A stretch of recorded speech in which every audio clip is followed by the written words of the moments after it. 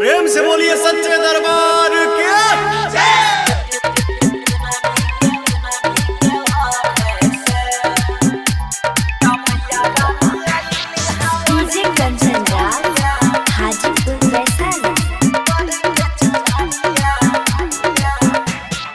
जबा जबा माई के माथे के मकुटा चमकेला जोर से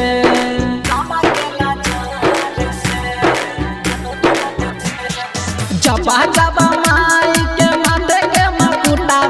चमकेला जोर से तमैया रानी आइली हवर के चुनरिया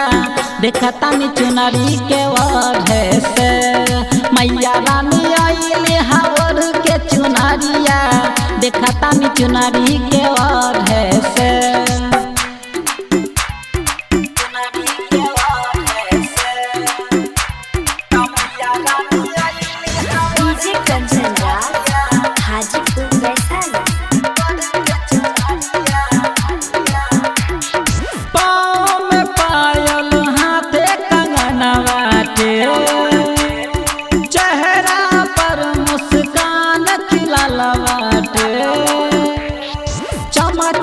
चमा के साजिरिया हाथ सोबे बरछी कटरिया माई के मंदिरिया में पंडित रहेला पूजा के भोर से तमैया रानी आइली हवर के चुनरिया देखता नी चुनरी के वढ़े से आइली हमैया रानी ओढ़ी के चुनरिया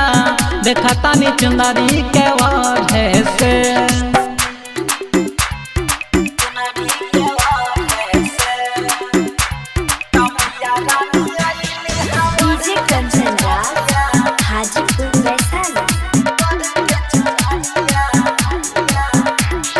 रंग बिरंग पंडाल सजल बाटे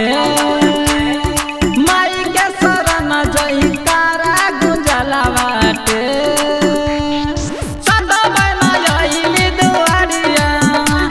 असेरावा के कई के सवारिया संजीवा सुराजा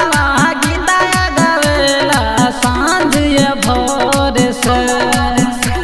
तमैया रानी आइली हवर के चुनरिया देखता नी चुनरी के वढ़े से मैया रानी आइली हवर के चुनरिया देखता नी चुनरी के वढ़े से। इंडिपेंडेंट रिकॉर्डिंग स्टूडियो सुनवरसा राज सहरसा।